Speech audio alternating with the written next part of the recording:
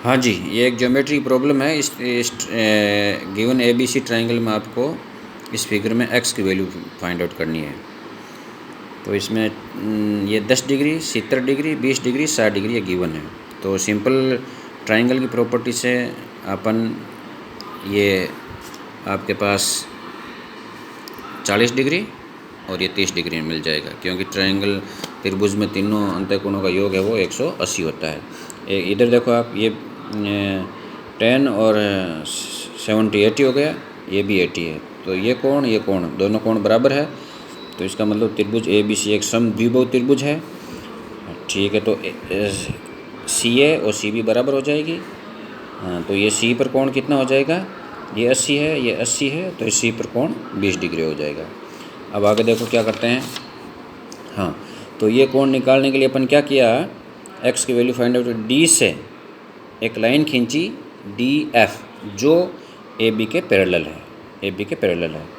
ठीक है, बी पर टोटल एंगल कितना है, 80। तो ये और ये पैरेलल है, तो ये कोरेस्पॉन्डिंग एंगल हो गया, ये भी 80 हो गया टोटल, और ये भी 80 हो गया टोटल, क्योंकि ये और ये समांतर है। ठीक है, अब ये डी जो लाइन है डी एफ, वो ए सी को एफ पर, सी बी को एफ पर इंटरसेक्ट करती है। अपन ने सी एफ और ए को ज्वाइन कर लिया, तो ए बी एफ सी एक समलंब चतुर्भुज यानी ट्रापेजियम अपन को मिलता है। इस ट्रापेजियम में देखो आप, ए पर 80 का कोण है और बी पर भी 80 का कोण है। हाँ, ए पर 80 का कोण, बी पर 80 कोण, सी पर भी 80 का हो जाएगा। त्रिभुज आइसोस्केल ट्रायंगल हो जाएंगे और सी ए और सी बी बराबर हो जाएगी।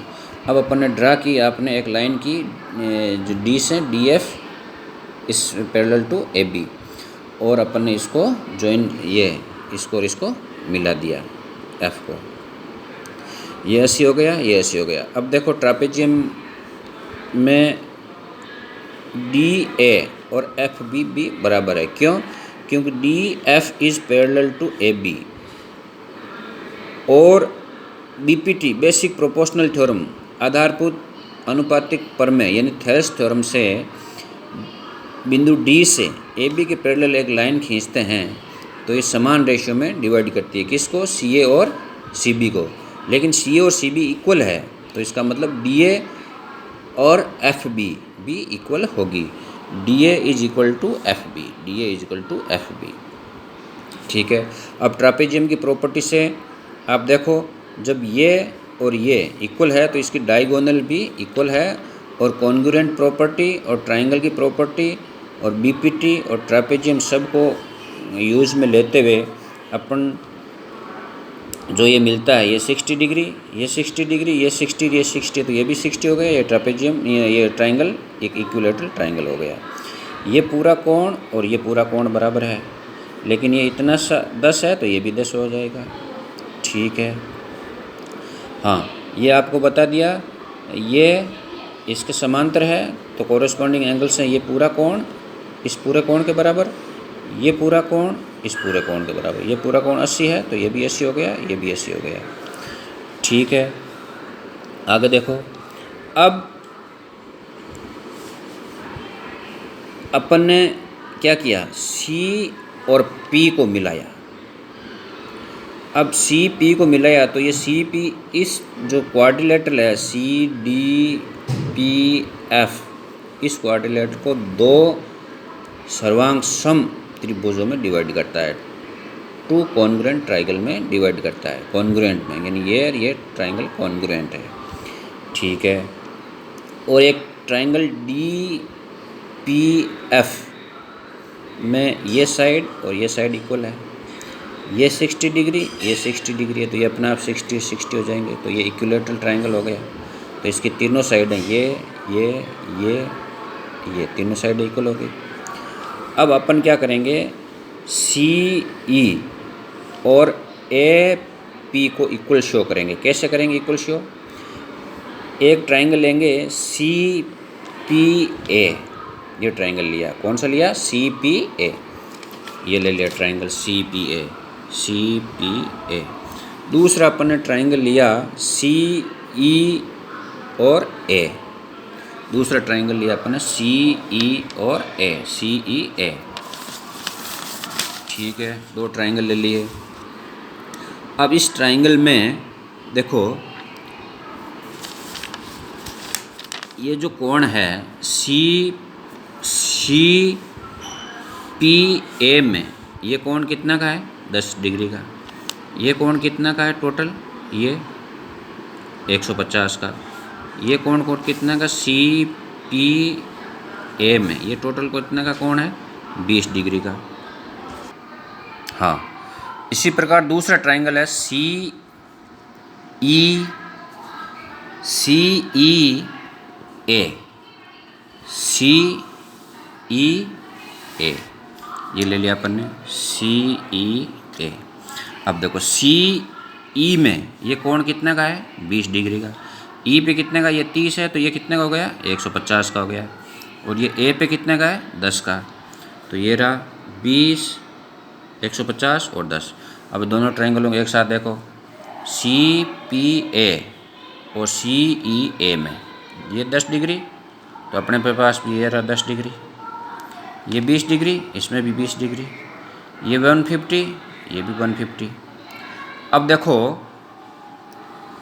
ये दोनों ट्राइंगल, दो जो ट्राइंगल है इनके जो एंगल है वो सेम है, तो ये सिमिलर भी हो सकते हैं और कॉन्ग्रुएंट तब होगा जब कोई भी एक साइड इसमें सेम हो।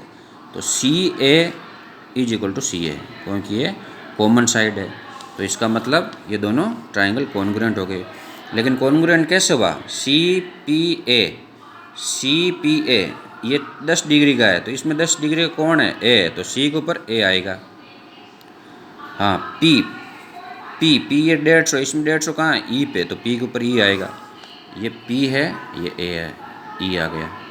बाकी रहा ए पर 20 डिग्री का है, इसमें 20 में कहाँ है, ये रहा 20 का, तो ए के ऊपर आएगा सी। तो C P A is congruent to A E C. By C P C टिस देखो, पी ए बराबर इसी, पी ए और इसी इक्वल है, पी ए और इसी इक्वल हो गई।